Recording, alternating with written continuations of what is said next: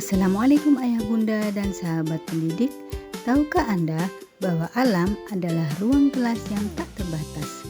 Hari ini kita akan menjelajahi berbagai strategi pembelajaran anak usia dini berbasis alam, di mana setiap daun, batu, dan ranting adalah media belajar yang luar biasa. Yuk kita simak videonya sampai habis. Apa itu pembelajaran berbasis alam? Pembelajaran berbasis alam atau nature-based learning adalah pendekatan pendidikan yang menggunakan lingkungan alam sebagai media, sumber, dan konteks belajar anak secara langsung dan bermakna. Prinsip utama dari pendekatan ini adalah bahwa alam sebagai guru terbaik di mana anak-anak dapat belajar melalui pengalaman nyata atau experiential learning. Anak juga dapat aktif mengeksplorasi, bukan hanya sekedar mendengarkan. Juga prosesnya ini lebih penting daripada hasil. Mengapa pendekatan ini sangat penting untuk anak usia dini? Sebagaimana kita ketahui bahwa anak usia 0-6 tahun adalah masa emas perkembangan otak. Namun demikian, menurut penelitian Richard Louv mengemukakan bahwa anak masa kini semakin jauh dari alam atau nature deficit disorder. Ini bukan penyakit medis, melainkan sebuah kondisi di mana anak-anak kehilangan koneksi dengan lingkungan alaminya. Mereka lebih akrab dengan layar gawai di dalam ruangan daripada berlari-lari di tanah lapang. Penelitian lain mengemukakan bahwa paparan alam terbukti meningkatkan konsentrasi, kreativitas, dan kesehatan mental anak. Juga menanamkan kecintaan lingkungan sejak dini, ini merupakan investasi masa depan bumi.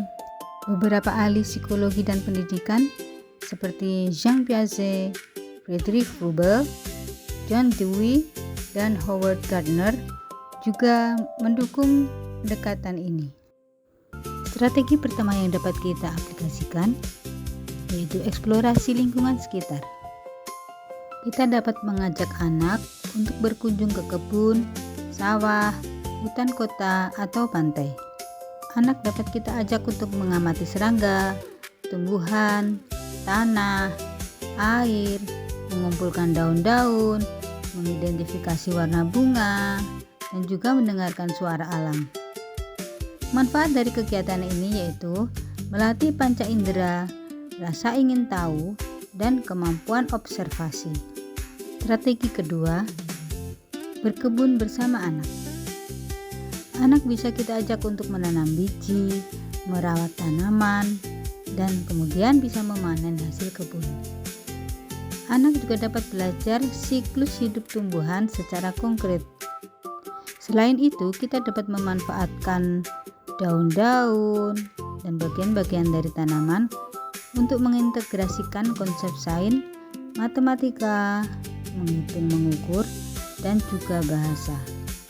Contohnya, kita dapat memanfaatkan daun untuk mengenalkan konsep lebih besar, lebih kecil, lebih banyak, lebih sedikit, atau mengurutkan benda dari yang paling besar ke paling kecil dan sebaliknya.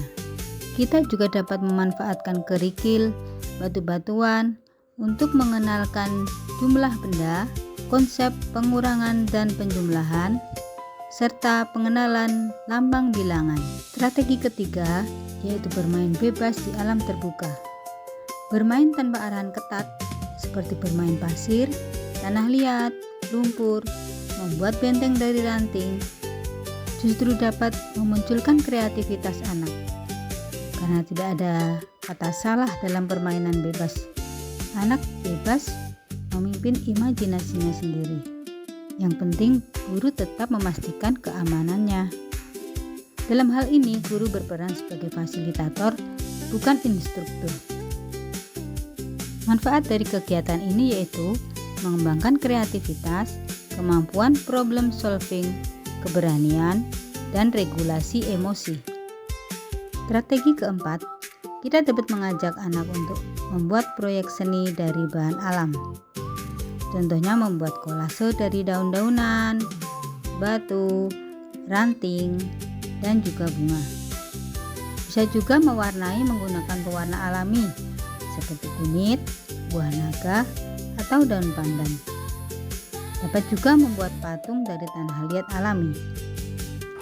Kegiatan-kegiatan ini bermanfaat untuk mengembangkan motorik halus, ekspresi diri, dan apresiasi terhadap keindahan alam. Berikut adalah tantangan dan sekaligus solusi alternatif yang dapat digunakan untuk memecahkan masalah yang dihadapi. Dukungan orang tua juga sangat diharapkan dalam keberhasilan pembelajaran berbasis alam. Demikian beberapa strategi pembelajaran anak usia dini berbasis alam yang dapat kita aplikasikan di sekolah. Mari kita kembalikan keceriaan anak di alam terbuka demi masa depan tumbuh kembang yang sehat secara fisik dan emosional. Semoga bermanfaat. Wassalamualaikum warahmatullahi wabarakatuh.